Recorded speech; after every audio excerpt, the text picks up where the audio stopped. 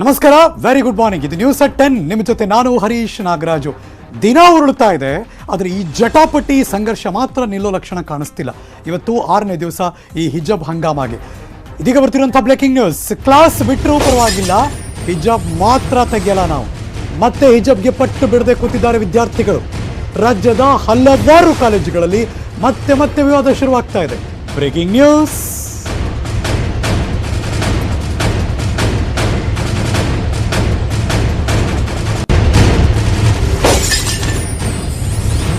ರಾಜ್ಯದ ಹಲವಾರು ಜಿಲ್ಲೆಗಳ ಕಾಲೇಜುಗಳಲ್ಲಿ ದಿನದಿಂದ ದಿನಕ್ಕೆ ಇದ್ಯಾಕೋ ಕಡಿಮೆ ಆಗಲ್ಲ, ಜಾಸ್ತಿನೇ ಆಗ್ತಾ ಇದೆ. ಒಂದು ಕಡೆ ಕೋರ್ಟ್ ವಿಚಾರಣೆ ಅಂತೂ ನಡೀತಾನೆ ಇದೆ.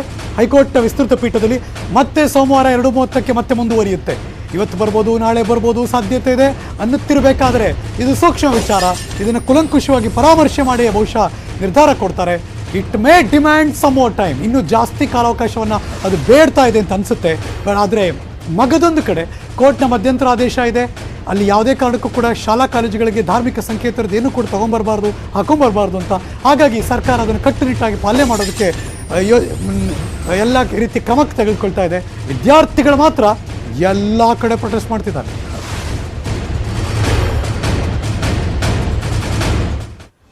ಮೊದಲಿಗೆ ಮುಂಬೈ ಕರ್ನಾಟಕದ ಭಾಗ ಅಂದರೆ ಬೆಳಗಾವಿ ವಿಜಯ್ ಪ್ಯಾರಾಮೆಡಿಕಲ್ ಕಾಲೇಜು ಹಿಜಾಬ್ ವಿವಾದ ನಡೀತಾ ಇದೆ. ನಿಮ್ಗೆ ಗೊತ್ತು ಕೂಡ. ಅಪ್ಡೇಟ್ ಏನಪ್ಪ ಅಂದರೆ, ಹಿಜಾಬ್ ಧರಿಸಿನೇ ತರಗತಿಗೆ ಹಾಜರಾದರು ಕೆಲವು ವಿದ್ಯಾರ್ಥಿನಿಯರು. ಅದಕ್ಕೆ ಅವಕಾಶ ಕೊಡಲಿಲ್ಲ.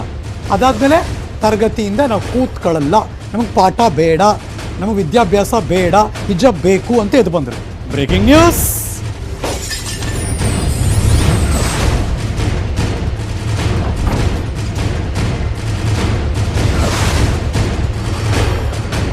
ಬೆಳಗಾವಿಯ ಸದಾಶಿವನಗರದಲ್ಲಿದೆ ವಿಜಯ ಪ್ಯಾರಾಮೆಡಿಕಲ್ ಕಾಲೇಜು. ಕಾಲೇಜ್ ಎದುರೇ ಧರಣಿ ಕೂತಿದ್ದಾರೆ ವಿದ್ಯಾರ್ಥಿನಿಯರು. ಯಾವುದೇ ಕಾರಣಕ್ಕೂ ಹಿಜಾಬ್ ತೆಗೆಯಲ್ಲ, ನಮಗೆ ಕ್ಲಾಸ್ ಬೇಡ.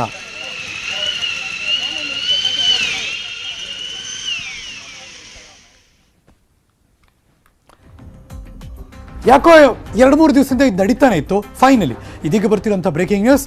ಬೆಳಗಾವಿಯ ವಿಜಯ್ ಪ್ಯಾರಾಮೆಡಿಕಲ್ಸ್ ಕಾಲೇಜ್ಗೆ ರಜಾ ಕೊಟ್ಟರು. Breaking news.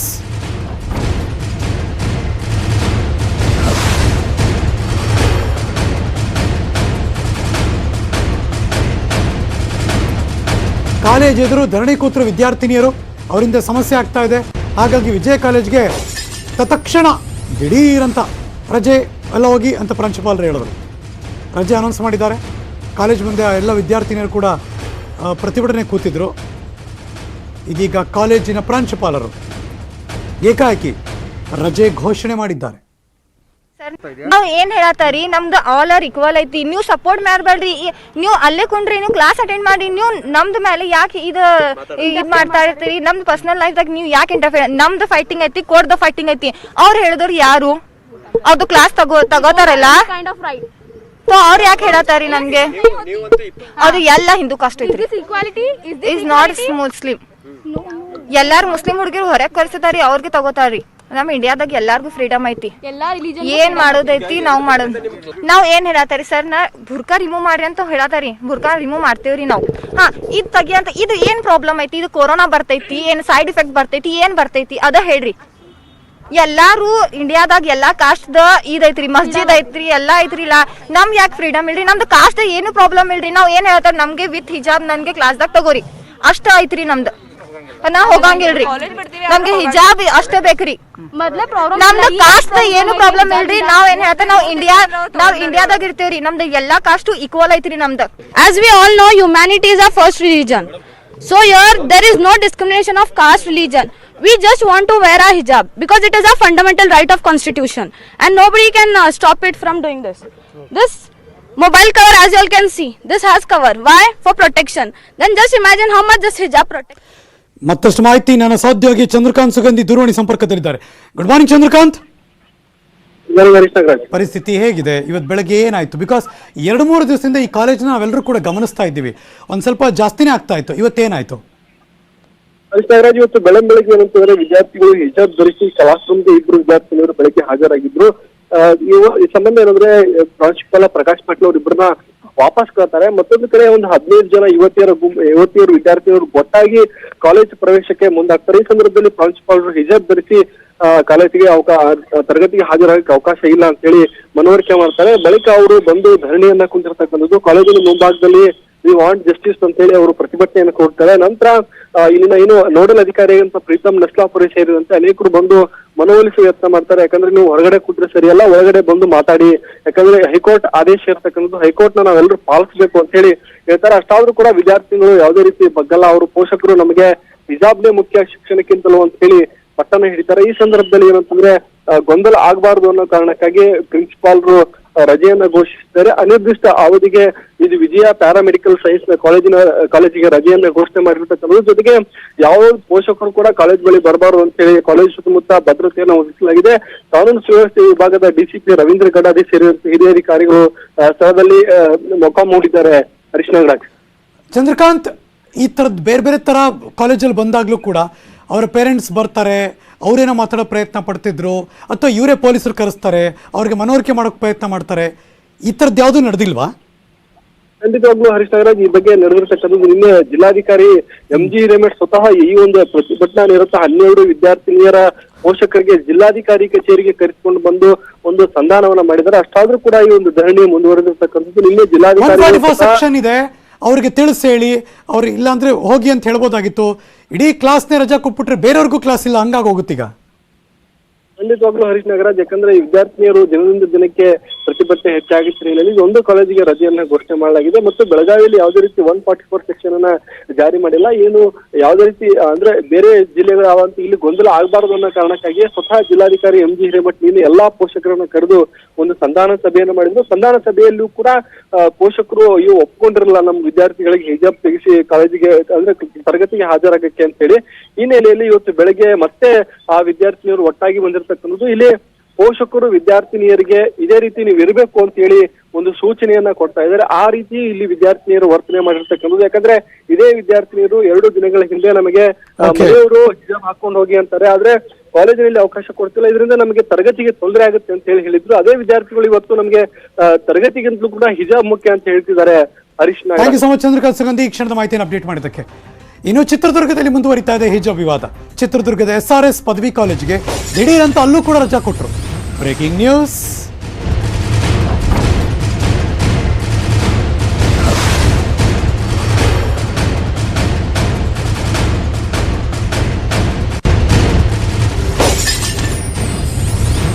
ನಮ್ಮ ಜೊತೆ ದೂರವಾಣಿ ಸಂಪರ್ಕದಲ್ಲಿ SRS ಕಾಲೇಜಿನ ಪ್ರಾಂಶುಪಾಲರು ಶ್ರೀ ರವಿ ಅವರೇ ಇದ್ದಾರೆ. ರವಿ ಸರ್ ನಮಸ್ಕಾರ. ನಮಸ್ಕಾರ. ಏನಾಯ್ತು ಸರ್ ರವಿ ಸರ್ ಇವತ್ತು? ಇವತ್ತಿಗೆ ಮಾತ್ರ ಸೀಮಿತಗೊಳಿಸಿ ಪದವಿ ಕಾಲೇಜು BCA, BCom, PBM ಅನ್ನ ನಾವು ರಜೆ ಮಾಡಿದೀವಿ. ಯಾಕೆ ಸರ್ ಸಡನ್ ಆಗಿ? ಮುಂಜಾಗ್ರತಾ ಕ್ರಮವಾಗಿ ಅಷ್ಟೇ, ಬೇರೆ ಯಾವ ರೀತಿಯಲ್ಲಿ ಇಲ್ಲಿ ಶಾಂತಿ ಸುವ್ಯವಸ್ಥೆ ಕಾಪಾಡುವ ಸಲುವಾಗಿ ಬೇರೆ ರೀತಿಯಲ್ಲಿ ಅಹಿತಕರ ಘಟನೆಗಳು ನಡೀಬಾರ್ದು. ಆಮೇಲೆ ಬೇರೆ ಬೇರೆ ಕೋರ್ಸ್ಗಳು ಅದಾವ ನಮ್ಮಲ್ಲಿ, ಅದ್ರ ಮೇಲೂ ಸಹ ಇನ್ಫ್ಲೂಯೆನ್ಸ್ ಆಗಬಾರ್ದು ಅಂತ ಹೇಳಿ ನಾವು ಅದ್ರ ಜೊತೆಯಲ್ಲಿ ಮಾನ್ಯ ಘನವೆತ್ತ ಉಚ್ಚ ನ್ಯಾಯಾಲಯದ ಆದೇಶವನ್ನು ಪಾಲನೆ ಮಾಡಬೇಕಾಗಿರ್ತಕ್ಕಂಥ ಅನಿವಾರ್ಯತೆ ಇದೆ. ಅಲ್ಲ, ಆ ತರದ್ ಆದಾಗ ಈಗ ಪೊಲೀಸ್ ಇನ್ಫಾರ್ಮ್ ಮಾಡಿದ್ರೆ ಅವ್ರು ಕಳಿಸ್ತಾ ಇದ್ರು, ಅದೆಲ್ಲ ಕೈ ಮೀರಿ ಅದು ನಮಗೆ ಪೊಲೀಸ್ ಇಲಾಖೆ ಸಂಪೂರ್ಣ ಸಹಕಾರ ಕೊಟ್ಟಿದೆ. ನಮ್ಗೆ ಏನ್ ಬೇಕೋ ಅಗತ್ಯವಾಗಿರ್ತಕ್ಕಂಥ ಭದ್ರತೆಯನ್ನು ಕೊಟ್ಟಿದೆ, ಸಮಸ್ಯೆ ಇಲ್ಲ. ನಮ್ಮ ಆಡಳಿತ ಮಂಡಳಿಯೊಂದಿಗೆ ನಾವು ಚರ್ಚಿಸಿ, ನಾನು ಆಡಳಿತಾಧಿಕಾರಿ ಅದೀನಿ, B.Ed ಕಾಲೇಜ್ ಪ್ರಿನ್ಸಿಪಾಲ್ ಅದೀನಿ, ಡಿಗ್ರಿ ಕಾಲೇಜ್ ಇನ್ಚಾರ್ಜ್ ಅದೀನಿ ಸರ್ ನಾನು. ಒಳ್ಳೇದಾಯ್ತು. ಹಾಗಾಗಿ ನಮ್ಮ ಆಡಳಿತ ಮಂಡಳಿಯ ನಿರ್ದೇಶನದ ಮೇರೆಗೆ ನಾವು ಇವತ್ತಿಗೆ ಸೀಮಿತಗೊಳಿಸಿ ಇವತ್ತು ಮಾತ್ರ ಸಸ್ಪೆಂಡೆಡ್ ಕಾಲೇಜನ್ನ ನಾವು ಡಿಗ್ರಿ ಕೋರ್ಸ್ ಅನ್ನ ಸಸ್ಪೆಂಡ್ ಮಾಡಿದ್ವಿ. ಈಗ ನಾಳೆನೋ ಅಥವಾ ನಾಳಿದ್ದು ಈ ತರ ಮತ್ತೆ ಆಗಲ್ಲ ಅಂತ ಏನ್ ಗ್ಯಾರಂಟಿ ಸರ್? ಇಲ್ಲ, ಮುಂದೆ ಅದೇನಿದೆ ನಮ್ಗೆ ಪೊಲೀಸ್ ಇಲಾಖೆ ಭರವಸೆ ನೀಡಿದೆ, ನಾವು ರಕ್ಷಣೆ ಕೊಡ್ತೀವಿ ಅಂತ ಹೇಳಿ, ಸುರಕ್ಷತಾ ಕ್ರಮಗಳನ್ನು ಕೈಗೊಳ್ತೀವಿ ಅಂತ ಹೇಳಿ ಯಥಾವತ್ತಾಗಿ ಮತ್ತೆ ನಾವು ತರಗತಿಗಳನ್ನು ರನ್ ಮಾಡ್ತೀವಿ. ಐನೋ ಒಂಚೂರು ಉದ್ವಿಗ್ನ ವಾತಾವರಣ ಅಲ್ಲಿ ಶುರುವಾಯಿತು, ಬಿಕಾಸ್ ಇನ್ಯಾರೋ ಇನ್ನೊಂದು ಜೈಕಾರಕ್ಕೆ ಹೋಗಿದ್ರು, ಇನ್ನೊಬ್ರು ಇನ್ನೊಂದು ಕೂಗ್ತಾ ಇದ್ರು ಅಂತ. ಇವಾಗ ಹೇಗಿದೆ ಸರ್ ಪರಿಸ್ಥಿತಿ? ಇಲ್ಲ, ಆತರ ಎಲ್ಲ ತಿಳಿಗೊಂಡಿದೆ, ಏನು ಸಮಸ್ಯೆ ಇಲ್ಲ. ಉಳಿದಿರ್ತಕ್ಕಂಥ ಕೋರ್ಸುಗಳು ಸುಗಮವಾಗಿ ಶಾಂತಿ ರೀತಿಯಿಂದ ನಡೀತಾ ಇದಾವೆ, ಏನು ಸಮಸ್ಯೆ ಇಲ್ಲ. ಸರ್, ಈಗ ನೀವು ಟೀಚರ್ ಆಗಿರೋದ್ರಿಂದ ಭದ್ರತೆ ನೀಡಿದೆ. ಟೀಚರ್ ಆಗಿರೋದ್ರಿಂದ ಈ ಪ್ರಶ್ನೆ ಸರ್, ಎಷ್ಟೋ ವರ್ಷದಿಂದ ಮಕ್ಕಳನ್ನ ನೋಡ್ತಾ ಬರ್ತಿದ್ದೀರಾ, ಎಲ್ಲರೂ ಒಂದೇ ಬೆಂಚಲ್ಲಿ ಕೂತ್ಕೋತಿದ್ರು, ಒಂದೇ ಊಟ ಮಾಡ್ತಿದ್ರು, ಫ್ರೆಂಡ್ಸ್ ಆಗಿದ್ರು.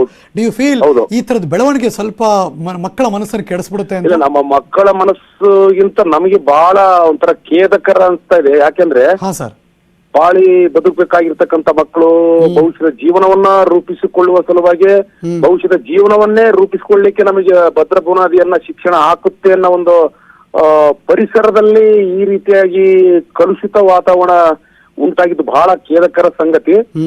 ಅದ್ರ ಬಗ್ಗೆ ನಮಗೆ ಬಹಳ ನೋವು ಅನಿಸ್ತಾ ಇದೆ. ಯಾಕೆಂದ್ರೆ ಮಕ್ಕಳು ಭವಿಷ್ಯದ ರಾಷ್ಟ್ರದ ನಿರ್ಮಾತೃಗಳು ಅಂತ ಕರಿತೀವಿ ನಾವು. ಶಾಲೆಗಳು ಭವಿಷ್ಯದ ರಾಷ್ಟ್ರದ ನಿರ್ಮಾಣದ ಒಂದು ಸರ್, ಒಂದೇ ಮಾತಲ್ಲಿ ನಿಮ್ಮನ್ನ ಕೇಳಬೇಕು ಅಂದ್ರೆ ಪೇರೆಂಟ್ಸ್ ಪಾತ್ರ ಏನು ಅನ್ಸುತ್ತೆ ಸರ್ ಈ ಕ್ಷಣ ನಿಮಗೆ ನಿಮ್ಮ ಪ್ರಕಾರ? ಇಲ್ಲ, ಇಲ್ಲಿ ನಮ್ಮ ಸಂಸ್ಥೆ ವಿಚಾರದಲ್ಲಿ ಪೇರೆಂಟ್ಸ್ ಯಾರು ಸಹ ಆ ತರದ ಅಲ್ಲ, ಇನ್ವಾಲ್ವ್ಮೆಂಟ್ ಜನರಲಿ ಈ ಕ್ಷಣಕ್ಕೆ ಮಕ್ಕಳಿಗೆ ಏನ್ ಹೇಳ್ಕೊಡ್ಬೇಕು ಅವರು ಶಿಕ್ಷಣದ ಬಗ್ಗೆ ಹೆಚ್ಚು ಒತ್ತನ್ನು ಕೊಡಬೇಕು. ನಾವು ನಮ್ಮ ಇವು ಬೇರೆ ಬೇರೆ ಈ ಧಾರ್ಮಿಕ ಯಾವುದೇ ಧರ್ಮ ಇರ್ಬೋದು, ಧರ್ಮದ ವಿಚಾರಗಳು ನಮ್ಮ ಭವಿಷ್ಯನ ರೂಪಿಸಲ್ಲ ಸರ್. ಶಿಕ್ಷಣ ನಮ್ಮ ಭವಿಷ್ಯದ ಜೀವನವನ್ನು ರೂಪಿಸ್ತಕ್ಕಂಥದ್ದು. ಅದ್ರ ಬಗ್ಗೆ ಕಾಳಜಿ ವಹಿಸಿ ಮಕ್ಕಳಿಗೆ ತಿಳುವಳಿಕೆಯನ್ನು ಹೇಳ್ತಕ್ಕಂಥ ಕೆಲಸವನ್ನು ನಮ್ಮ ಪೋಷಕರು. ಒಳ್ಳೆ ಮಾತು ಹೇಳಿದ್ರಿ Ravi sir, thank you. SRS ಕಾಲೇಜಿನ ಪ್ರಾಂಶುಪಾಲರು, ಡಿಗ್ರಿ ಕಾಲೇಜಿನ ಪ್ರಾಂಶುಪಾಲರು, ಆಡಳಿತ ಮಂಡಳಿಯ ಉಸ್ತುವಾರಿಗಳು ಶ್ರೀ ರವಿ ಅವರು, ಥ್ಯಾಂಕ್ ಯು ಸರ್. ಬನ್ನಿ ಕರಾವಳಿ ಭಾಗಕ್ಕೆ ಹೋಗೋಣ. ಉಡುಪಿಯಲ್ಲಿ ಇವತ್ತು ಕೂಡ ಕಾಲೇಜಿಗೆ ಬಂದಿಲ್ಲ 6 ಜನ ವಿದ್ಯಾರ್ಥಿನಿಯರು. ಅವ್ರು ಬರಲ್ಲ, ಕನ್ಫರ್ಮ್ಡ್ ಅದು. 4ನೇ ದಿವಸ ಕಾಲೇಜಿಗೆ ಬಂದಿಲ್ಲ ಉಡುಪಿಯ ವಿದ್ಯಾರ್ಥಿನಿಯರು 6 ಜನ. ಯಾರು ಕಟಕಟೆ ಮೆಟ್ಟತ್ತಿದ್ದಾರೆ. ಕೋರ್ಟ್ ತೀರ್ಪು ಬರೋ ತನಕ ಬಹುಶಃ ಈ ಮಕ್ಕಳು ಶಾಲೆಗೆ ಬರೋದು doubt. Breaking news.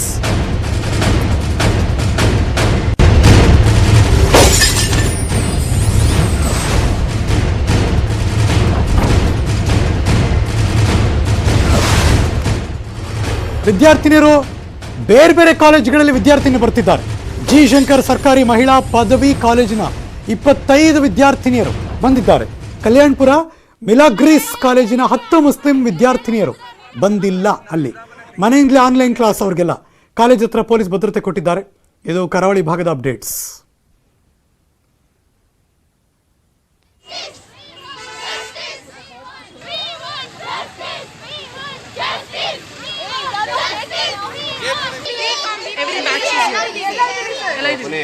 including BSc.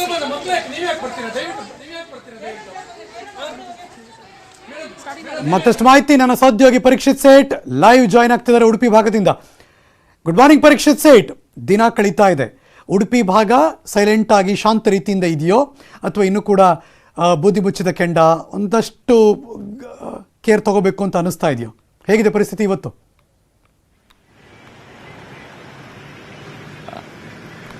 ಇವತ್ತಿನ ಮಟ್ಟಿಗೆ ಮೇಲ್ನೋಟಕ್ಕೆ ಏನು ಶಾಂತವಾಗಿ ಕಂಡ್ರು ಕೂಡ ಒಂದು ರೀತಿಯ ಬೂದಿ ಮೆಚ್ಚದ ಕಂಡಂತಲೇ ಇದೆ. ಯಾಕಂದ್ರೆ ಹಲವು ಕಾಲೇಜಿನಲ್ಲಿ ಇವತ್ತು ಪರೀಕ್ಷೆ ಇರುವಂತಹ ತರಗತಿಗಳಿಗೆ ಮಾತ್ರ ಅವಕಾಶ ಕೊಡ್ತಾ ಇರುವಂಥದ್ದು. ಹಾಗಾಗಿ ಹಲವು ವಿದ್ಯಾರ್ಥಿಗಳು ಇವತ್ತು ರಜೆ ಹಿನ್ನೆಲೆಯಲ್ಲಿ ಕಾಲೇಜಿಗೆ ಬಂದಿಲ್ಲ. ಇನ್ನು ಮುಂದಿನ ದಿನಗಳಲ್ಲಿ ಪರೀಕ್ಷೆ ಇರುವ ಸಮಯದಲ್ಲಿ ತರಗತಿಗೆ ಬಂದಲ್ಲಿ ಅವರು ಮತ್ತೆ ಪರೀಕ್ಷೆಯನ್ನು ಬಹಿಷ್ಕರಿಸಿ ಪ್ರತಿಭಟನೆ ಸಾಧಿಸುತ್ತಿದೆ. ಯಾಕಂದ್ರೆ ನಿನ್ನೆ ಪರೀಕ್ಷೆಗಳಿತ್ತು ಪದವಿ ವಿದ್ಯಾರ್ಥಿಗಳಿಗೆ. ಅವರು ಪರೀಕ್ಷೆಯನ್ನು ಬಹಿಷ್ಕರಿಸಿ, ಯಾಕಂದ್ರೆ ಪ್ರಾಂಶುಪಾಲರು ಎಷ್ಟೇ ಮನವಿ ಮಾಡಿದ್ರು ಪ್ರತ್ಯೇಕ ಕೋಣೆಯಲ್ಲಿ ನಿಮಗೆ ಹಿಜಾಬ್ ಹಾಕಿ ಪರೀಕ್ಷೆ ಬರೆಯಿರಿ ಅಥವಾ ಮತ್ತೆ ಎಲ್ಲರೊಟ್ಟಿಗೆ ಹಿಜಾಬ್ ಹಾಕಿ ಪರೀಕ್ಷೆ ಬರೆಯುವಾಗಿಲ್ಲ, ಹೈಕೋರ್ಟ್ನ ಆದೇಶ ಇದೆ ಅಂತ ಎಷ್ಟೇ ಹೇಳಿದ್ರು ಕೂಡ ಅವರು ಪರೀಕ್ಷೆಯನ್ನು ಬಹಿಷ್ಕರಿಸಿ ಏನು ಕಾಲೇಜಿನ ಹೊರಗೆ ಕೂತ್ಕೊಂಡು ಪ್ರತಿಭಟನೆ ಮಾಡಿದ್ರು. ಅದಕ್ಕೆ ಇನ್ನಷ್ಟು ಮುಸ್ಲಿಂ ವಿದ್ಯಾರ್ಥಿಗಳು ಸಾಥ್ ಕೊಟ್ಟಿದ್ರು. ಆದರೆ ಇವತ್ತು ಆ ವಿದ್ಯಾರ್ಥಿಗಳಿಗೆ ಪರೀಕ್ಷೆ ಇರೋದೇನಲ್ಲಿ ಇವತ್ತು ಯಾರು ಬಂದಿಲ್ಲ. ಹಾಗಾಗಿ ಸದ್ಯಕ್ಕೆ ಎಲ್ಲೂ ಪ್ರತಿಭಟನೆಗಳು ಮತ್ತು ಯಾವುದೇ ಘೋಷಣೆಗಳು ನಡೀತಾ ಇಲ್ಲ. ಹಾಗಾಗಿ ಮುಂದಿನ ದಿನಗಳಲ್ಲಿ ಅಂದರೆ ಮುಂದಿನ 12 ದಿನಗಳಲ್ಲಿ ಮತ್ತೆ ಇನ್ನಷ್ಟು ಕಾಲೇಜಿನಲ್ಲಿ ಪ್ರತಿಭಟನೆಗಳು ಸಾಧ್ಯತೆ ದಟ್ಟವಾಗಿದೆ.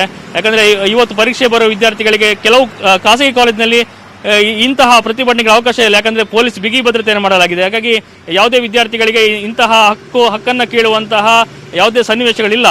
ಮತ್ತು ನಿನ್ನೆ ನಡೆದ ಮಲಗ್ರೀಸ್ ಕಾಲೇಜಿನಲ್ಲಿ ಕೂಡ ನಿನ್ನೆ ನಡೆದಿತ್ತು ಏನು ಹೊರಗೆ ಹೋಗಿ ಅನ್ನುವಂಥ ಮನವಿಯನ್ನು ಮಾಡಿದ್ರು. ಹಾಗಾಗಿ ಹೊರಗೆ ಬಂದು ಅವರು ಒಂದು ರೀತಿಯ ಪ್ರತಿಭಟನೆ ರೀತಿಯಲ್ಲಿ ಒಂದು ಹಕ್ಕೊತ್ತಾಯವನ್ನು ಮಾಡಿದ್ರು. ಆದರೆ ಇವತ್ತು ಆ ವಿದ್ಯಾರ್ಥಿಗೆ ಪರೀಕ್ಷೆ ಇರೋದ ಹಿನ್ನೆಲೆಯಲ್ಲಿ ಅವರು ಇವತ್ತು ಮನೆಯಲ್ಲೇ ಕೂತ್ಕೊಂಡಿದ್ದಾರೆ. ಸೊ ಇನ್ನು ಮುಂದಿನ ದಿನ ಪರೀಕ್ಷೆ ಬಂದಲ್ಲಿ ಅವರು ಮತ್ತೆ ಪರೀಕ್ಷೆಯನ್ನು ಬಹಿಷ್ಕರಿಸಿ ಪ್ರತಿಭಟನೆ ಮಾಡಲಿದ್ದಾರೆ. Harish, thank you so much ಪರೀಕ್ಷೆ ಸರ್, ಈ ಕ್ಷಣದ ಮಾಹಿತಿಯನ್ನು ಅಪ್ಡೇಟ್ ಮಾಡಿದ್ದಕ್ಕೆ. ಇನ್ನು ಶಿವಮೊಗ್ಗ ಭಾಗದಲ್ಲಿ 58 ವಿದ್ಯಾರ್ಥಿಗಳು ಅಮಾನತಾಗಿದ್ದಾರೆ. ಯಾಕೆ, ಏನಾಯಿತು? ಅಪ್ಡೇಟ್ಸ್ ಮುಂದೆ ಇಡ್ತೀನಿ. ಒಂದು ಚಿಕ್ಕ ಬ್ರೇಕ್ ಆದಮೇಲೆ ಎಲ್ಲೂ ಹೋಗದೆ ಕಾಯ್ತಾ ಇರಿ.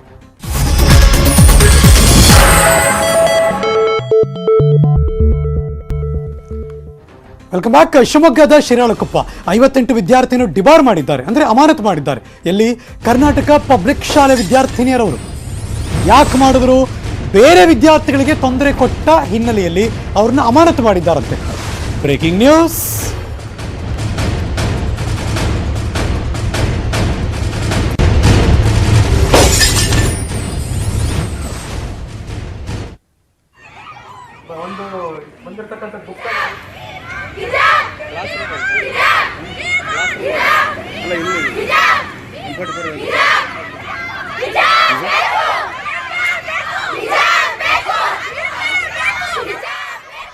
ಇದು ಶಿವಮೊಗ್ಗದ ಶಾಲೆ.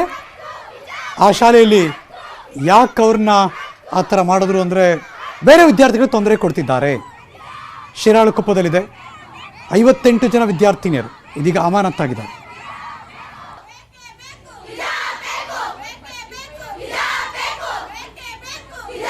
ಹಿಜಾಬ್ ಬೇಡ ಅಂದರೂ ಕೇಳಲಿಲ್ಲ, ಬ್ಯಾನರ್ ಹಿಡ್ಕೊಂಡು ಪ್ರತಿಭಟನೆ ಮಾಡಿದ್ರು. ಈ 58 ವಿದ್ಯಾರ್ಥಿಗಳು ಎಷ್ಟೇ ತಿಳಿ ಹೇಳೋದಕ್ಕೆ ಸಾಕಷ್ಟು ಟ್ರೈ ಮಾಡಿದ್ವಿ, ಆದರೂ ಆಗಲಿಲ್ಲ. 58 ವಿದ್ಯಾರ್ಥಿಗಳ ಅಮಾನತಿಗೆ ಶಿಕಾರಿಪುರ ತಹಸೀಲ್ದಾರ್ ಕೂಡ ಇದ್ರ ಬಗ್ಗೆ ಸ್ಪಷ್ಟನೆ ಕೂಡ ಕೊಟ್ಟಿದ್ದಾರೆ.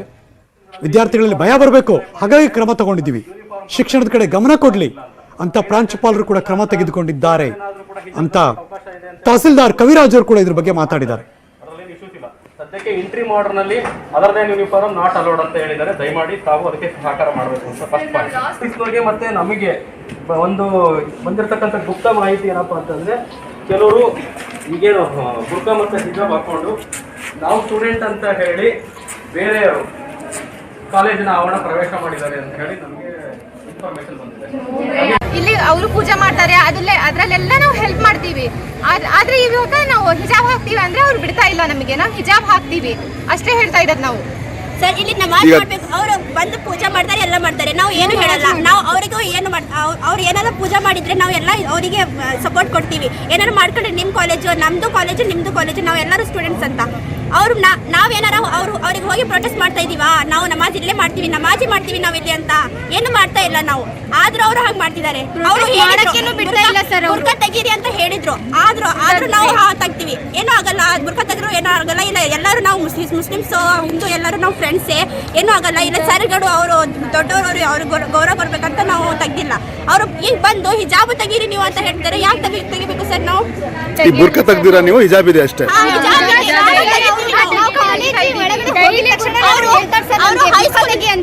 ಅವರು ಯಾರು ಯಾವತ್ತಿಗೂ ಅವ್ರ ಮಾತಿಗೆ ಕೇಳಿಲ್ಲ ಅಂತ ಯಾವತ್ತು ಟೈಮ್ ಇಲ್ಲ ಸರ್. ತೆಗಿತೀವಿ ಸರ್, ಆದ್ರೆ ನಾವು ಪ್ರಾಣ ಶಾಲೆಗೆ ಒಳಗಡೆ ಕರ್ಕೊಳಲ್ಲ. ಅಲ್ಲ ಕರ್ಕೊಳ್ಳಲ್ಲ ಸರ್, ಅವ್ರು ಕರ್ಕೊಂಡಿಲ್ಲ ಅಂದ್ರೆ ಪರವಾಗಿಲ್ಲ ಸರ್. ಅವ್ರು ಇಲ್ಲಿ ನೀವು 50% ನಾವೇ ಇರೋದು ಸರ್. ಅವ್ರು ನಂಬಿಟ್ಟು ಏನೋ ಕ್ಲಾಸ್ ಮಾಡಲ್ಲ, ಏನು ಮಾಡಲ್ಲ ಸರ್. ಹಿಜಾಬ್ ಬೇಡ ಅಂದ್ರೂ ಕೇಳಲಿಲ್ಲ, ಬ್ಯಾನರ್ ಹಿಡ್ಕೊಂಡು ಪ್ರತಿಭಟನೆ ಮಾಡಿದ್ರು. ಇದು ತಹಸೀಲ್ದಾರ್ ಅವರ ಮಾತು. ಶಿಕಾರಿಪುರದ ತಹಸೀಲ್ದಾರ್ ಸ್ಪಷ್ಟನೆ ಕೊಡ್ತಿದ್ದಾರೆ. ವಿದ್ಯಾರ್ಥಿಗಳ ಅಮಾನತಿಗೆ ಕಾರಣ ಇದು. Breaking news.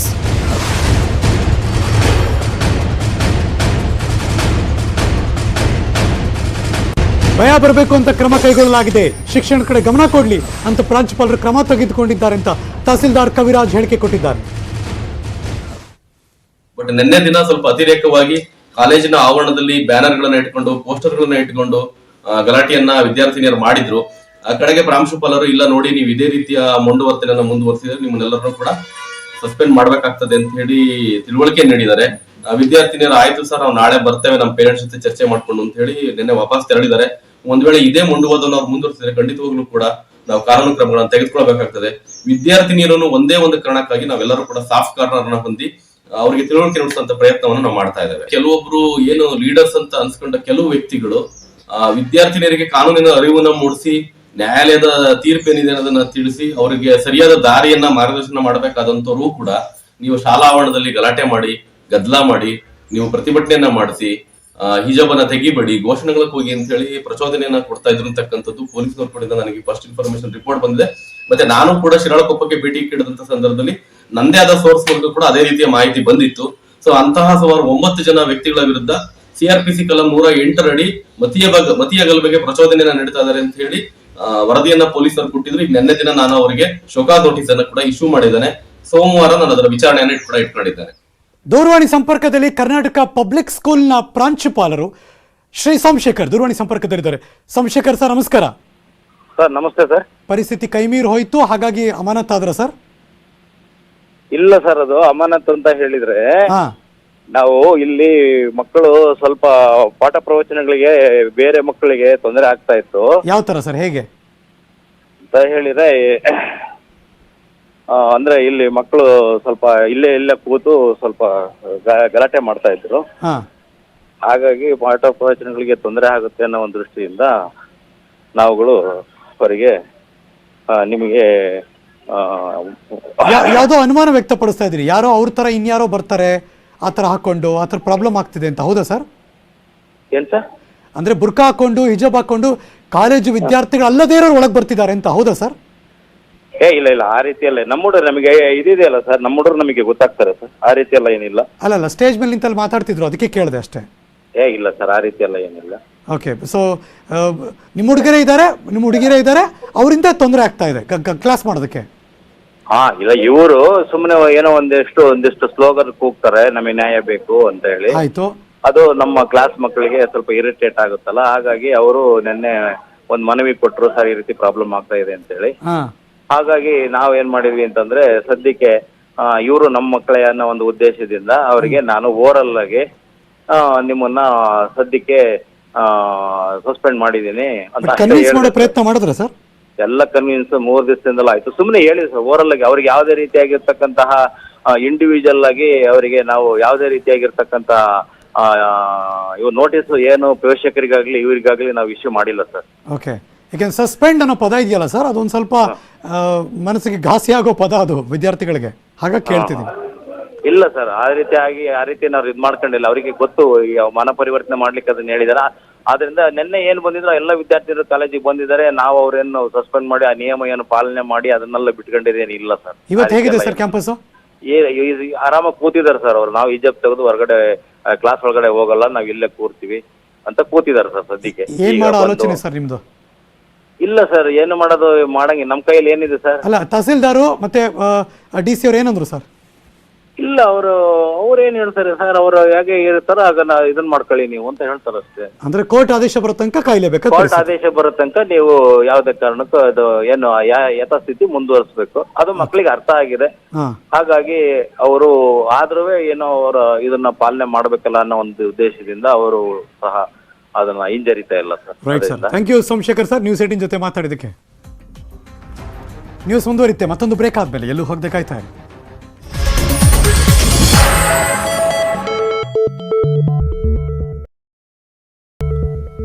Welcome back.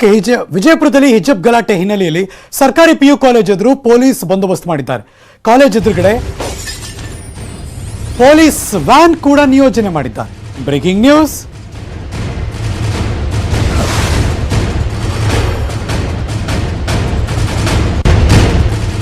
ವಿಜಯಪುರದಲ್ಲಿ ಹಿಜಾಬ್ ಗಲಾಟೆ ಹಿನ್ನೆಲೆಯಲ್ಲಿ ಸರ್ಕಾರಿ PU ಕಾಲೇಜ್ ಎದುರುಗಡೆ ಪೊಲೀಸ್ ಬಂದೋಬಸ್ತ್ ಮಾಡಿದ್ದಾರೆ. IRB ಪೊಲೀಸ್ ವ್ಯಾನ್ ಇದೆ. ಹೆಚ್ಚಿನ ಸಂಖ್ಯೆಯಲ್ಲಿ ಮಹಿಳಾ ಪೊಲೀಸರು ಅಲ್ಲಿದ್ದಾರೆ. ಎಂದಿನ ಹಾಗೆ ಕಾಲೇಜಿಗೆ ಬರ್ತಾ ಇದ್ದಾರೆ ವಿದ್ಯಾರ್ಥಿನಿಯರು. ಹಿಜಾಬ್ ಅನ್ನು ಧರಿಸಿ ಬಂದವರಿಗೆ ಅದನ್ನು ತೆಗೆದು ಪ್ರತ್ಯೇಕ ಕೊಠಡಿ ಇದೆ, ಅಲ್ಲಿ ಹೋಗಿ ಚೇಂಜ್ ಮಾಡ್ಕೊಂಬನ್ನಿ ಅಂತ ಹೇಳ್ತಾರೆ. ಅವರಲ್ಲಿ ಹೋಗ್ತಿದ್ದಾರೆ. ಇಷ್ಟು ಈ ಮುಂಜಾನೆ IRB ಪೊಲೀಸ್ ವ್ಯಾನ್ ಕಾಲೇಜಿನ ಹೊರಗಡೆ ವಿಜಯಪುರದ ಸರ್ಕಾರಿ PU ಕಾಲೇಜಿನ ದೃಶ್ಯ.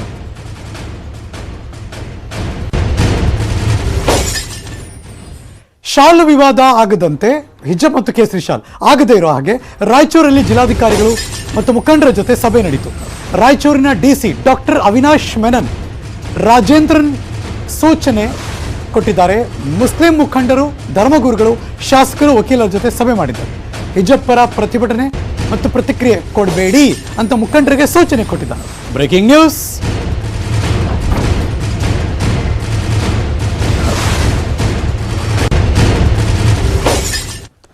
ಮೀಟಿಂಗ್ ಮಾಡಿದ್ರು, ಮೀಟಿಂಗ್ ಆದಮೇಲೆ ಈ ಸೂಚನೆ ಕೂಡ ಕೊಟ್ಟಿದ್ದಾರೆ. ರಾಯಚೂರಿನ DC ಡಾಕ್ಟರ್ ಅವಿನಾಶ್ ಮೆನನ್ ರಾಜೇಂದ್ರನ್ ಎಲ್ಲ ಧಾರ್ಮಿಕ ಗುರುಗಳಿಗೆ ಸೂಚನೆ ಕೊಟ್ಟಿದ್ದಾರೆ. ಯಾರು ಇದ್ರ ಪರವಾಗಿ ಮಾತಾಡಬೇಡಿ, ಏನೇ ಆಗಲಿ, ನಿಮ್ಮ ನಿಲುವಾಗಲಿ, ನಿಮ್ಮ ಸೂಚನೆ ಆಗಲಿ ಏನು ಕೊಡಬೇಡಿ, ನೀವು ಯಾರು ಮಾತಾಡಬೇಡಿ ಅಂತ ಮುಖಂಡರ ಜೊತೆ ಸಭೆ ನಡೆಸಿ ಸೂಚನೆ ಕೊಟ್ಟಿದ್ದಾರಂತೆ. ಹಿಜಾಬ್ ಆದ್ರೂ ಅನ್ನಿ, ಕೇಸರಿ ಅಂತನಾದ್ರೂ ಕೂಗಿ ಚಿಂತೆ ಇಲ್ಲ. ನಾವು ಮುಸ್ಲಿಂ, ನಾವು ಹಿಂದೂ ಅನ್ನೋ ಭೇದ ಭಾವ ಇಲ್ಲ. ಒಟ್ಟಿಗೆ ಕಾಲೇಜಿಗೆ ಬಂದ ಹಿಂದೂ ಮುಸ್ಲಿಂ ವಿದ್ಯಾರ್ಥಿಗಳು. Wow, breaking news.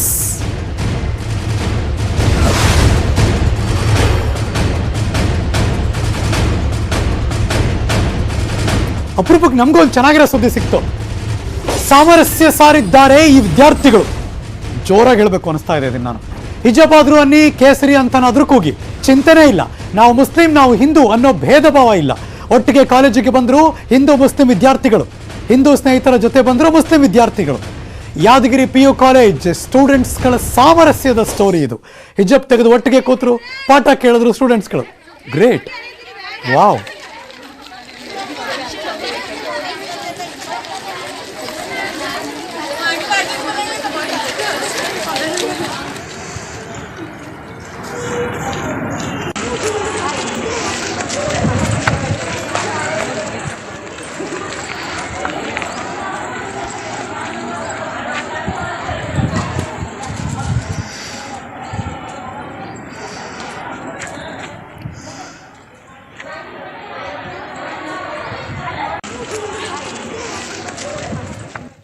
ಅವ್ರು ಹಿಜಾಬ್ ತೆಗೆದು ಬರಂಗಿಲ್ಲ ಅಂತ ಹೇಳ್ತಿದಾರಲ್ಲ ಸರ್. ಹಿಜಾಬ್ ತೆಗೆದ್ರೆ ಏನು ಆಗಂಗಿಲ್ಲ, ಹೊರಗಡೆ ಹಾಕೊಳ್ಳಿ ಅಂತ ಪರ್ಮಿಷನ್ ಕೊಟ್ಟಿದ್ದಾರೆ. ಬಟ್ ಕಾಲೇಜಲ್ಲಿ ಹಾಕೋಬೇಡಿ ಅಂತ ಹೇಳ್ತೀರಿ. ಕಾಲೇಜಲ್ಲಿ ಹಾಕೊಂಡ್ರೆ ಎಲ್ಲ ವಿದ್ಯಾರ್ಥಿಗಳು ಸಮವಸ್ತ್ರ ಮಾಡಿರೋದಕ್ಕೆ ಎಲ್ಲರೂ ಒಂದೇ ಥರ ಇದೆ ಬೇಕಂದ್ಬಿಟ್ಟೆ ಸಮವಸ್ತ್ರ ಮಾಡಿರೋದ್ರಿಂದ ಅವ್ರು ತೆಗೆದ್ಬಿಟ್ಟು ಬರೋದ್ರಿಂದ ಏನು ಪ್ರಾಬ್ಲಮ್ ಆಗಂಗಿಲ್ಲ ಅಲ್ಲ. ಕಾಲೇಜ್ ಒಳಗಡೆ ಬೇಕಾದ್ರೆ ತೆಗೆದ್ಬಿಟ್ಟು ಹೊರಗಡೆ ತಗೊಂಡು ಹಾಕೊಂಡು ಹೋಗ್ಬೋದು ಅವರು. ಕಾಲೇಜಲ್ಲಿ ಸಮವಸ್ತ್ರ ಇರೋದ್ರಿಂದ ಅವರು ಹಾಕೋಬೇಕು. ಯಾಕಂದ್ರೆ ನಮ್ಮ ಇಂಡಿಯಾ ಅಂತಂದ್ರೆ ಎಲ್ಲರೂ ಏಕತೆ ಕೂಡಿರೋದು. ಏಕತೆನೇ ಕಾಲೇಜ್ಗಳಲ್ಲದೆ ಏಕತೆ ಇಲ್ಲ ಅಂತಂದ್ರೆ ಇನ್ನು ಎಲ್ಲಿ ಇರಕ್ಕೆ ಸಾಧ್ಯ. ಅದಕ್ಕೋಸ್ಕರ ಹಿಜಾಬ್ ತೆಗೆದು ಬರ್ಬೇಕಂತ. ನಮ್ಮಲ್ಲಿ ಕೆಲವು ಜನ ವಿದ್ಯಾರ್ಥಿನಿಯರು ತರಗತಿಗಳಿಗೆ ಬರ್ತಾ ಇಲ್ಲ. ಕೆಲವು ಜನ ವಿದ್ಯಾರ್ಥಿನಿಯರು ಹಿಜಾಬ್ ತೆಗೆದು ಕ್ಲಾಸ್ ರೂಮ್ನಲ್ಲಿ ಕುಂತ್ಬಿಡ್ತಾರೆ. ಆ ಫ್ರೆಂಡ್ಸ್ ಜೊತೆಗೆ ಕಲ್ತು ಬರ್ತಾರೆ. ಒಂದು ಸಪ್ರೇಟ್ ರೂಮ್ ಮಾಡಿದ್ದೀವಿ ಅವರಿಗೆ. ಆ ರೂಮ್ನಲ್ಲಿ ಹಿಜಾಬ್ ತೆಗೆದು ಕ್ಲಾಸ್ ರೂಮ್ನಲ್ಲಿ ಕೊಡ್ತಾರೆ. ಮತ್ತು ಹೋಗೋ ಟೈಮ್ನಲ್ಲಿ ಹಿಜಾಬ್ ಹಾಕ್ಕೊಂಡು ಹೋಗ್ಬಿಡ್ತಾರೆ. ಹಿಜಾಬ್ ವಿಚಾರದಲ್ಲಿ ಕೋರ್ಟ್ ಸರ್ಕಾರದ ನಿರ್ಧಾರಕ್ಕೆ ಬದ್ಧರಾಗಿರಬೇಕು. ಮೈಸೂರು ರಾಜ್ಯ ವಂಶಸ್ಥ ಯದುವೀರ್ ಒಡೆಯರ್ ಅವರು ಪ್ರತಿಕ್ರಿಯೆ ಕೊಟ್ಟಿದ್ದಾರೆ. Breaking news.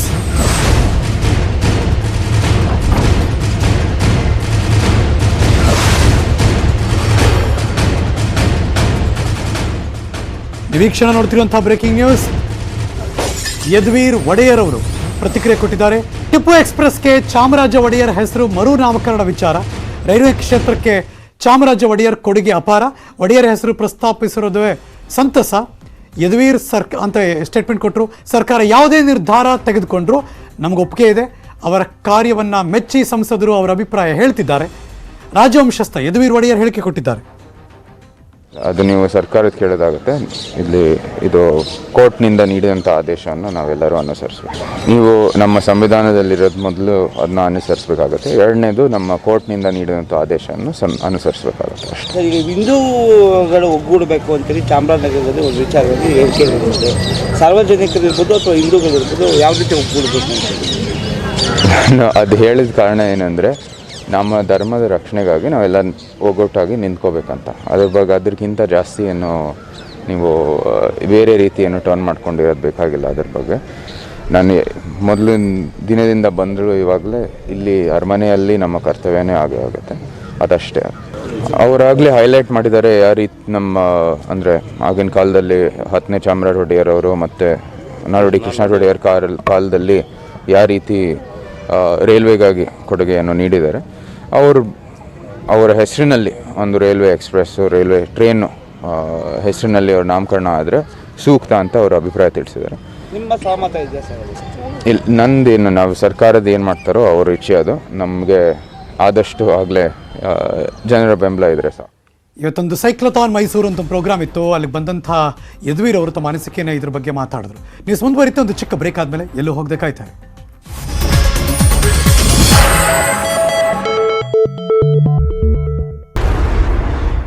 Welcome back. ಕಲಾಪ ಸೋಮವಾರಕ್ಕೆ ಮುಂದೂಡಿಕೆ ಆಯಿತು. ಸದನದಲ್ಲೇ ಕೈ ನಾಯಕರು ಠಿಕಾಣಿ ಹೂಡಿದ್ದಾರೆ. ಈಶ್ವರಪ್ಪನವರ ರಾಜೀನಾಮೆಗೆ ಒತ್ತಾಯಿಸಿ ಕಾಂಗ್ರೆಸ್ ಅಹೋರಾತ್ರಿ ಧರಣಿ ಇವತ್ತೂ ಮುಂದುವರಿತಾ ಇದೆ. Breaking news.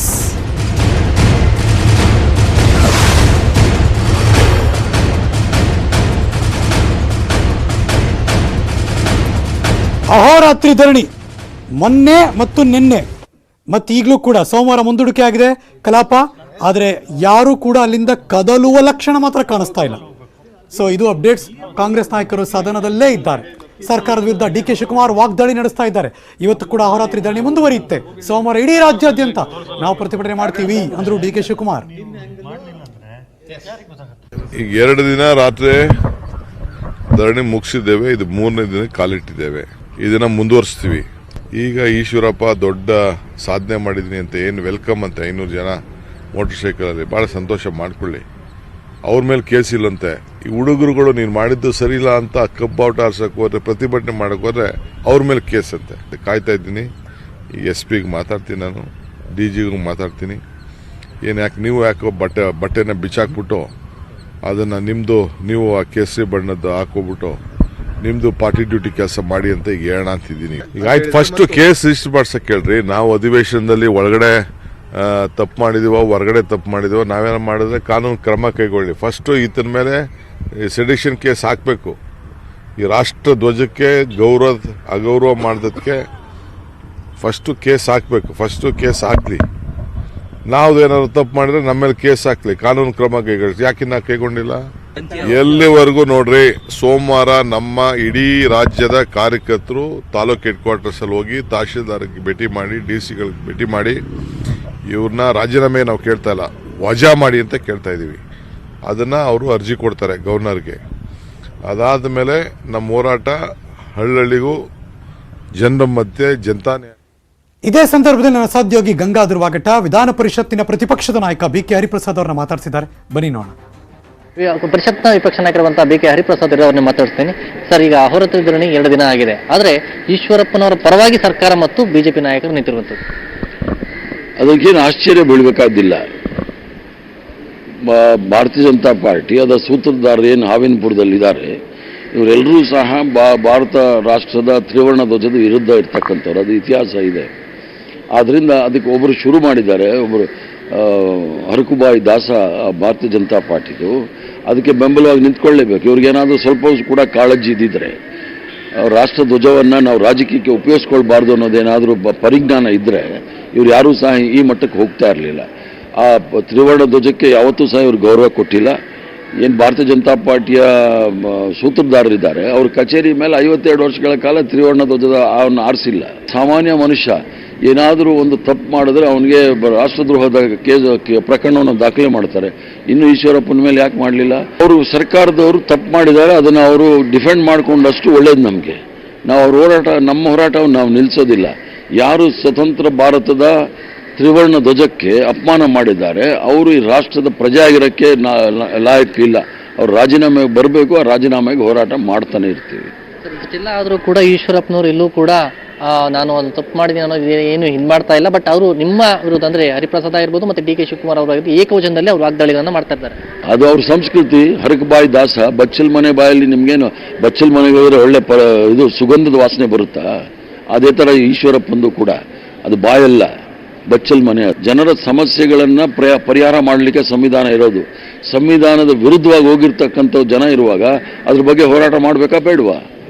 ಜನಸಾಮಾನ್ಯರು ನಮಗೆ ಆ ಹೋರಾಟ ಮಾಡಬೇಕು ಅಂತ ಬೆಂಬಲ ಕೊಟ್ಟಿದ್ದಾರೆ. ಅದನ್ನು ಪರೀಕ್ಷೆ ಮಾಡಬೇಕಂದ್ರೆ ನಾವು ಸದನದಿಂದ ಹೊರಗಡೆ ಹೋಗಿ ಜನಸಾಮಾನ್ಯರ ಮಧ್ಯೆ ಹೋಗಿ ಪ್ರತಿಭಟನೆ ಮಾಡ್ತೀವಿ ನೋಡಿ. ಆಗ ಯಾವ ರೀತಿ ಜನಸಾಗರ ನಮಗೆ ಬೆಂಬಲ ಕೊಡುತ್ತೆ ಅನ್ನೋದು ನೋಡ್ಲಿ, ಯಾವಾಗ ಗೊತ್ತಾಗುತ್ತೆ. ಸರ್, ಇದು ಕೇವಲ ಬಿಜೆಪಿ ನಾಯಕರಷ್ಟೇ ಅಲ್ಲದೆ JDSನ ಕುಮಾರಸ್ವಾಮಿ ಅವರು ಕೂಡ ಈ ಒಂದು ಹೋರಾಟದ ಬಗ್ಗೆ ಟೀಕೆಯನ್ನು ಮಾಡಿದ್ದಾರೆ. JDSನವರು ಅವ್ರ ಜೊತೆ ಪಾರ್ಟ್ನರ್ ಆಗಿದ್ದಾರೆ. ಅವ್ರು ಹೇಳೋದ್ರಲ್ಲಿ ಆಶ್ಚರ್ಯ ಬೀಳಬೇಕಾದಿಲ್ಲ. ಅವ್ರಿಗೂ ಅಲಯನ್ಸ್ ಇದೆ. ಆದ್ದರಿಂದ ಅವ್ರು ಹೇಳೋದ್ರಲ್ಲಿ ಆಶ್ಚರ್ಯ ಬೀಳಬೇಕಾದಿಲ್ಲ. ಹೇಳಿ, ಕಮ್ಯುನಿಸ್ಟ್ ಪಾರ್ಟಿಯವರು ಹೇಳಿದಾರಾ, ಬೇರೆ ಯಾರಾದರೂ ಹೇಳಿದಾರಾ? ಈಗ ಈಶ್ವರಪ್ಪನವ್ರ ಮೇಲೆ ಕ್ರಮ ಆಗೋವರೆಗೂ ನೀವು ಯಾವುದೇ ರೀತಿ ಈಶ್ವರಪ್ಪನ ವಜಾ ಮಾಡೋವರೆಗೂ ಬಿಡೋದಿಲ್ಲ. ಇದಿಷ್ಟು BK ಹರಿಪ್ರಸಾದ್ ಅವರ ಮಾತು. ಕ್ಯಾಮರಾ ಪರ್ಸನ್ ರಾಯ್ಡ್ ಜೊತೆ ಗಂಗಾಧರ್ ಕನ್ನಡ, ಬೆಂಗಳೂರು. ಯೂತ್ ಕಾಂಗ್ರೆಸ್ ಅಧ್ಯಕ್ಷ ಮೊಹಮ್ಮದ್ ನಲ್ಪಾಡ್ ವಿರುದ್ಧ ಈಗ FIR ದಾಖಲಾಗಿದೆ. ಹಲಸೂರು ಗೇಟ್ ಪೊಲೀಸ್ ಠಾಣೆಯಲ್ಲಿ FIR ದಾಖಲಾಗಿದೆ. Breaking news.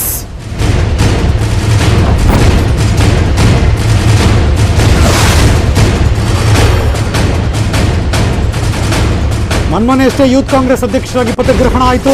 ಇದೀಗ ಅವ್ರ ವಿರುದ್ಧ FIR ದಾಖಲಾಗಿದೆ. ಯಾಕೆ ಅಂದ್ರೆ ಅನಧಿಕೃತವಾಗಿ ಫ್ಲೆಕ್ಸ್ ಅಳವಡಿಸಿದ ಆರೋಪದಡಿ FIR ದಾಖಲಾಗಿದೆ. ಅನಧಿಕೃತ ಫ್ಲೆಕ್ಸ್ ಅಳವಡಿಕೆ ಬಗ್ಗೆ ದೂರು ಕೊಟ್ಟಿದ್ರು BBMP revenue officer. BK Hariprasad ಅಭಿನಂದನಾ ಸಮಾರಂಭದ ಹಿನ್ನೆಲೆಯಲ್ಲಿ ಅಳವಡಿಸಿದಂತಹ flex town hall, corporation circle ಸುತ್ತಮುತ್ತ ಫ್ಲೆಕ್ಸ್ ಇತ್ತು. ಈ ಬಗ್ಗೆ ದೂರು ದಾಖಲಿಸಿದ್ರು ಕಂದಾಯ ಅಧಿಕಾರಿ ಚಂದ್ರಕಾಂತ್. ಇದೇ ವೇಳೆ ಸಾಮಾಜಿಕ ಕಾರ್ಯಕರ್ತ ಸಾಯಿ ದತ್ತ ಅವರಿಂದಲೂ ಕೂಡ ದೂರು ಬಂತು. ಸಾಯಿ ದತ್ತ ದೂರಿನ ಮೇರೆಗೆ ಮತ್ತೊಂದು FIR ಕೂಡ ದಾಖಲಾಯಿತು.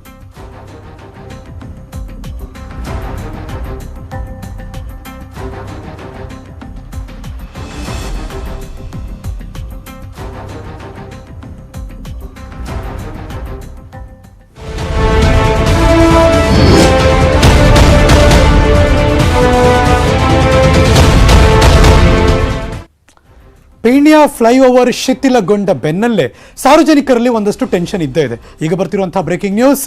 ಇಡೀ ಬೆಂಗಳೂರು ನಗರದಾದ್ಯಂತ ಎಲ್ಲ ಫ್ಲೈಓವರ್ಗಳ ಗುಣಮಟ್ಟದ ಮೌಲ್ಯಮಾಪನಕ್ಕೆ ಕೂಗು ಕೇಳಿ ಬರ್ತಾ ಇದೆ. Breaking news.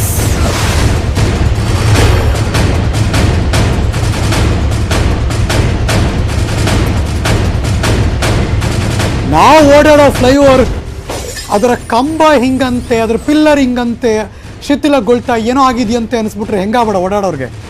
ಇದೀಗ ಪೀಣ್ಯ ಫ್ಲೈಓವರ್ ಆಯಿತು, ಮತ್ತೊಂದು ಮೇಲ್ಸೇತುವೆಯಲ್ಲಿ ಲೋಪ ಇದೆಯಂತೆ. ಸದಾ ವಾಹನಗಳಿಂದ ಗಿಜುಗುಡುವಂಥ ಫ್ಲೈಓವರ್ನ ಬೇರಿಂಗ್ ವೀಕ್ ಆಗಿದೆಯಂತೆ. ಯಾವಾಗ ಬೇಕಿದ್ರೂ ಅಪಾಯಕ್ಕೆ ಮುನ್ನುಡಿ ಬರೆಯುವ ಸಾಧ್ಯತೆ ಇದೆ. ಗೊರಗುಂಟೆಪಾಳ್ಯ ಹತ್ತಿರ ಇರೋ MES ಫ್ಲೈಓವರ್ ಬೇರಿಂಗ್ ಬಿರುಕು ಬಿಟ್ಟಿದೆ ಅನ್ನೋದು ಒಂದು ಸುದ್ದಿ. BBMP ನಿರ್ವಹಣೆ ವಹಿಸಿಕೊಂಡಿರುವಂಥ MES ಮೇಲ್ಸೇತುವೆ ಅದರ ಸ್ಥಿತಿ ಹೇಗಿದೆ ಅನ್ನೋದೀಗ BBMP ನಡೆಸಿದಂಥ ಗುಣಮಟ್ಟ ಮೌಲ್ಯಮಾಪನದಲ್ಲಿ ಆತಂಕದ ವರದಿ. ಈಗಾಗಲೇ ಎಚ್ಚೆತ್ಕೊಳ್ಳದಿದ್ರೆ ಮುಂದಿನ ದಿನ ಕಷ್ಟಪಡಬೇಕಾಗತ್ತೆ. ಆವಾಗ ಇನ್ನೇನೇನೋ ಆಗಿ ಅಯ್ಯೋ ಇಮ್ಯಾಜಿನೂ ಮಾಡ್ಕೊಳಕ್ಕಾಗಲ್ಲ. ಈ ಥರ ಫ್ಲೈಓವರ್ಗಳಲ್ಲಿ ದಿನದ 24 ಗಂಟೆ ಜನ ಓಡಾಡ್ತಿರ್ತಾರೆ. ಏನು ನಂಬಿಕೆ ಅಂದರೆ ನಾವು ಸಂಯಂತ ಹಿಂಗೆ ಹೋಗ್ಬಿಡ್ತೀವಿ, ಏನೂ ಪ್ರಾಬ್ಲಮ್ ಇಲ್ಲ, ಕೆಳಗಡೆ ಇರುವ ಟ್ರಾಫಿಕ್ಕಿಂದ ಬಚಾವ್ ಹೋಗ್ಬೋದು ಅಂತ. ಹಾಗೆ ಮೇಲೆ ಹೋಗೋರು ಹಂಗೆ ಇನ್ನೂ ಮೇಲೆ ಹೋಗ್ಬಿಟ್ರೆ ಕಷ್ಟ ಅನ್ನೋದಷ್ಟೇ ಈಗಿರೋ ದೊಡ್ಡ ಭಯ. ಸೊ ಹಾಗಾಗಿ BBMP ಎಲ್ಲ ಫ್ಲೈಓವರ್ಗಳ ಗುಣಮಟ್ಟವನ್ನು ಚೆಕ್ ಮಾಡಬೇಕು, ಕ್ವಾಲಿಟಿ ಆಡಿಟ್ ಮಾಡಬೇಕು ಅನ್ನೋದು ಎಲ್ಲ ಕಡೆ ಕೇಳಿ ಬರ್ತಿರುವಂಥ ಕೂಗು. ಇದರ ಮುಂದುವರೆದ ಭಾಗ ಪತ್ರ ಬರೆದು 2 ತಿಂಗಳಾಗಿದೆ ರೀ, ಆದರೂ ಕೂಡ ನಡೆದಿಲ್ಲ MES ಮೇಲ್ಸೇತುವೆ ದುರಸ್ತಿ ಕಾರ್ಯ. ಪುಣ್ಯಕ್ಕೆ 2 ತಿಂಗಳಲ್ಲಿ ಏನೂ ಆಗಿಲ್ಲ, ಟಚ್ವುಡ್ ಏನೂ ಆಗೋದು ಬೇಡ. ಬಟ್ ಆದರೆ ಈ ಥರದ್ದು ಆಗಿದೆ ಅಂತ ಗೊತ್ತಾದ್ಮೇಲೆ 2 ತಿಂಗಳು ಕೈ ಕಟ್ಕೊಂಡು ಕೂತ್ಕೋತಾರೆ ಅನ್ನೋದು ಇದೆಯಲ್ಲ, ಅದು ದೊಡ್ಡ ಆತಂಕ. Breaking news number 2.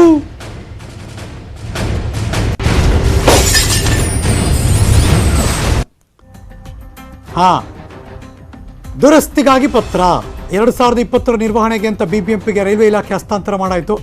2020ರಲ್ಲಿ ಬೇರಿಂಗ್ ಬಿರುಕು ಕಾಣಿಸ್ಕೊಂಡಿದೆ ಅಂತ ಪಾಲಿಕೆ ಚೆಕ್ ಆಯಿತು. ಯಾರೂ ಅದನ್ನು ತಲೆನೇ ಕೆಡಿಸ್ಕೊತಾ ಇಲ್ಲ. 2 ತಿಂಗಳಾಗಿದೆ. ನನ್ನ ಸಹೋದ್ಯೋಗಿ ಆಶಿಕ್, ನಾನು ನೋಡಬೇಕು ಹೆಂಗಿದೆ ಅಂತ ಒಂದು ಗ್ರೌಂಡ್ ರಿಪೋರ್ಟ್ ಕೊಟ್ಟಿದ್ದಾರೆ. OTU ಆಶಿಕ್. ಅದ್ಯಾವಾಗ ಪೀಣ್ಯ ಫ್ಲೈಓವರ್, ಪೀಣ್ಯ ಮೇಲ್ಸೇತುವೆ ಓಡಾಟಕ್ಕೆ ಯೋಗ್ಯವಲ್ಲ, ಅಪಾಯಕಾರಿಯಾಗಿದೆ, ಕೆಲವೊಂದಿಷ್ಟು ಕಳಪೆ ಕಾಮಗಾರಿಯಿಂದಾಗಿ ದುರಸ್ತಿ ನಡಿಬೇಕಿದೆ ಅನ್ನುವಂಥ ವಿಚಾರ ಹೊರಗೆ ಬರುತ್ತೋ ಅವಾಗಿನಿಂದಲೂ ಕೂಡ ಬೆಂಗಳೂರಿನಲ್ಲಿರುವಂಥ ಅಷ್ಟು ಫ್ಲೈಓವರ್ಗಳ ಮೇಲೆ ಒಂದು ಅನುಮಾನಾಸ್ಪದ ತುಂಬ ಅನುಮಾನ ಹುಟ್ಟುವಂಥ ಒಂದಿಷ್ಟು ಬೇಡಿಕೆಗಳು ಮುಂದೆ ಬರುತ್ತೆ. ಈ ಹಿನ್ನೆಲೆಯಲ್ಲಿ ಸದ್ಯಕ್ಕೆ ಪೀಣ್ಯ ಫ್ಲೈಓವರ್ ಮೇಲೆ ಅದನ್ನು ಲಘು ವಾಹನಗಳಿಗೆ ಮಾತ್ರ ಓಡಾಟಕ್ಕೆ ಅನುಮತಿ ಕೊಟ್ಟಿರುವಂಥದ್ದು. ಆದರೆ ಬೆಂಗಳೂರಿನಲ್ಲಿರುವಂತಹ BBMP ವ್ಯಾಪ್ತಿಯಲ್ಲಿ ಬರುವಂತಹ 66 ಫ್ಲೈಓವರ್ಗಳನ್ನು ಕೂಡ ಅದರ ಗುಣಮಟ್ಟ ಮೌಲ್ಯಮಾಪನವನ್ನು ಮಾಡಬೇಕು ಅನ್ನುವಂಥ ಒಂದು ಆಗ್ರಹ ಇದೀಗ ಆಗಲೇ ಮುಂದೆ ಬಂದಿರುವಂಥದ್ದು. ಇದರ ನಡುವೆ ನ್ಯೂಸ್ 18 ಕನ್ನಡ ಒಂದು ಫ್ಲೈಓವರ್ನ ಯಾವ ಸ್ಥಿತಿಗೆ ತಲುಪಿದೆ ಅನ್ನುವಂಥದ್ರ ಬಗ್ಗೆ ಒಂದು ರಿಯಾಲಿಟಿ ಚೆಕ್ ಅನ್ನು ಮಾಡ್ತಾ ಇದೆ. ಸದ್ಯಕ್ಕೆ ನಾನು ಗೋರಗುಂಟೆಪಾಳ್ಯದ ರಿಂಗ್ ರೋಡ್ನಲ್ಲಿ ಇದ್ದೀನಿ. ಇಲ್ಲಿನ MES ಫ್ಲೈಓವರ್ ನೀವೀಗ ನೋಡ್ತಾ ಇದ್ದೀರಿ. ಈ ಫ್ಲೈಓವರ್ನ 2017ರಲ್ಲಿ ಕೇಂದ್ರ ರೈಲ್ವೆ ಇಲಾಖೆಯಿಂದ ನಿರ್ಮಾಣ ಮಾಡಲಾಗುತ್ತೆ. ಅದಾದ ಬಳಿಕ ಇದನ್ನು ಉಸ್ತುವಾರಿಯಾಗಿ BBMPಗೆ ಹಸ್ತಾಂತರ ಮಾಡಲಾಗುತ್ತೆ, ಹ್ಯಾಂಡ್ ಓವರ್ ಮಾಡಲಾಗುತ್ತೆ. ಇದನ್ನು ನೀವು ನೀಟಾಗಿ ನೋಡ್ಕೊಳ್ಳಿ, ಏನಿದೆ ಕೆಲಸ ಕಾರ್ಯಗಳನ್ನೆಲ್ಲ ನೋಡ್ಕೊಂಡು ನಿಭಾಯಿಸ್ಕೊಂಡು ಒಂದು ಮೇಲುಸ್ತುವಾರಿ ಅಂತ BBMPಗೆ ಹ್ಯಾಂಡ್ ಓವರ್ ಮಾಡುತ್ತೆ. ಅದಾಗಿ 2020ರಲ್ಲಿ ಹ್ಯಾಂಡ್ ಓವರ್ ಮಾಡುತ್ತೆ. ಅದಾಗಿ ಈಗ 2 ವರ್ಷಗಳಾಗಿದೆ. ಇದರಲ್ಲಿ ಈ ಒಂದು MES ಫ್ಲೈಓವರ್ ಏನಿದೆ ಇದು ಈಗ ದುರಸ್ತಿಗೆ ಶಿಥಿಲಾವಸ್ಥೆಗೆ ಬಂದು ನಿಂತಿರುವಂಥದ್ದು. ದೃಶ್ಯಗಳಲ್ಲೂ ಕೂಡ ನೀವು ನೋಡ್ಬೋದು. ನಮ್ಮ ಕ್ಯಾಮ್ರಾಮನ್ ವೆಂಕಟೇಶ್ ಅವರು ನಿಮಗೆ ಝೂಮ್ ಮಾಡಿ ತೋರಿಸ್ತಾರೆ. ಅಂದರೆ ಇದರ ಈ ಒಂದು ಫ್ಲೈಓವರ್ ಏನಿದೆ ಉದ್ದಕ್ಕೂ ಸುಮಾರು ಒಂದು 4 ರಿಂದ 4.5 ಕಿಲೋಮೀಟರ್ ಉದ್ದದ ಫ್ಲೈಓವರ್ ಇದು. ಈ ಫ್ಲೈಓವರ್ನ ಉದ್ದಕ್ಕೂ ಬರುವಂತಹ ಬೇರಿಂಗ್ ಜಾಯಿಂಟ್ಗಳೇನಿದೆ ಅದರಲ್ಲಿ ಬಿರುಕು ಕಾಣಿಸ್ಕೊಂಡಿರುವಂಥದ್ದು. ಹೀಗಾಗಿ ಈ ಫ್ಲೈಓವರ್ ಕೂಡ ಓಡಾಟಕ್ಕೆ ಯೋಗ್ಯವಲ್ಲ ಅನ್ನುವಂಥ ಒಂದು ವರದಿ ಈಗ ಸಿದ್ಧಪಡಿಸಿರುವಂಥದ್ದು. 2021 ಡಿಸೆಂಬರ್ 25ರಲ್ಲಿ ಇದ್ರ ಬಗ್ಗೆ ಈ ಒಂದು ಫ್ಲೈಓವರ್ ಬಗ್ಗೆ ಒಂದು ಮೌಲ್ಯಮಾಪನವನ್ನು ಮಾಡಿ ಖಾಸಗಿ ಸಂಸ್ಥೆಯಿಂದ ಇದರ ಗುಣಮಟ್ಟ ಮೌಲ್ಯಮಾಪನವನ್ನು ಮಾಡಿಸಿ ಇದರ ಒಂದು ವರದಿಯನ್ನು ತಯಾರಿಸಿ BBMP ಕೇಂದ್ರ ರೈಲ್ವೆ ಇಲಾಖೆಗೆ ಒಂದು ಪತ್ರವನ್ನು ಬರೆಯುತ್ತೆ. 2017ರಲ್ಲಿ ನೀವು ನಿರ್ಮಾಣ ಮಾಡಿಕೊಟ್ಟಿರುವಂಥ ಫ್ಲೈಓವರ್ ಏನಿದೆ ಅದೀಗ ಶಿಥಿಲಾವಸ್ಥೆಗೆ ತಲುಪಿದೆ. ಆದಷ್ಟು ಬೇಗ ಅದರ ಕಳಪೆ ಆ ಒಂದು ದುರಸ್ತಿ ಕಾರ್ಯವನ್ನು ಮಾಡಿ ಮತ್ತೆ ಒಂದು ಸಂಚಾರಕ್ಕೆ ಓಡಾಟಕ್ಕೆ ಅನುಕೂಲವಾಗುವಂತೆ ಜನರಿಗೆ ನಿರ್ಮಿಸ್ಕೊಡಿ ಅನ್ನುವಂಥ ಒಂದು ಪತ್ರವನ್ನು ಬರೆಯುತ್ತೆ. ಪತ್ರ ಬರೆದು 1.5-2 ತಿಂಗಳಾಗಿದ್ರೂ ಕೂಡ ಯಾವುದೇ ಪ್ರತಿಕ್ರಿಯೆ ಬರೋದಿಲ್ಲ. ಇದೀಗ ಪೀಣ್ಯ ಫ್ಲೈಓವರ್ ಒಂದು ಶಿಥಿಲಾವಸ್ಥೆಯಲ್ಲಿ ಕಂಡು ಬಂದಿರುವಂಥ ಹಿನ್ನೆಲೆಯಲ್ಲಿ ಬೆಂಗಳೂರಿನ ಬೇರೆ ಬೇರೆ ಭಾಗದಲ್ಲಿರುವಂಥ ಫ್ಲೈಓವರ್ಗಳ ಬಗ್ಗೆಯೂ ಗುಣಮಟ್ಟ ಮೌಲ್ಯಮಾಪನ ಆಗಬೇಕು ಅನ್ನುವಂಥ ಒಂದು ಟೆಸ್ಟಿಂಗ್ ನಡೀಬೇಕು ಅನ್ನುವಂಥ ಒಂದು ಕೂಗುಗಳು ಕೇಳಿ ಬರ್ತಾ ಇರುವಂಥದ್ದು. ಹೀಗಾಗಿ ಸದ್ಯಕ್ಕೆ ನ್ಯೂಸ್ 18 ಕನ್ನಡ ಇದರ ರಿಯಾಲಿಟಿ ಚೆಕ್ ಅನ್ನ ಮಾಡಿ ಇದು ಕೂಡ ಶಿಥಿಲಾವಸ್ಥೆಯಲ್ಲಿದೆ. BBMP ಗಮನಕ್ಕೂ ಕೂಡ ಇದೆ. ಇದನ್ನ ನಿರ್ಮಿಸಿರುವಂಥ ಕೇಂದ್ರ ರೈಲ್ವೆ ಇಲಾಖೆಗೂ ಕೂಡ ಈಗಾಗಲೇ BBMP ಪತ್ರವನ್ನು ಬರೆದಿದೆ. ಆದರೆ BBMP ರೈಲ್ವೆ ಇಲಾಖೆಗೆ ಪತ್ರ ಬರೆಯೋದೊಂದು, ರೈಲ್ವೆ ಇಲಾಖೆಯವರು ಬಂದು ದುರಸ್ತಿ ಕಾರ್ಯ ಮಾಡೋದು ಮತ್ತೊಂದು. ಆದರೆ ಇದರ ನಡುವೆ ಬಡವಾಗ್ತಾ ಇರುವಂಥದ್ದು ಜನರ ಜೀವ.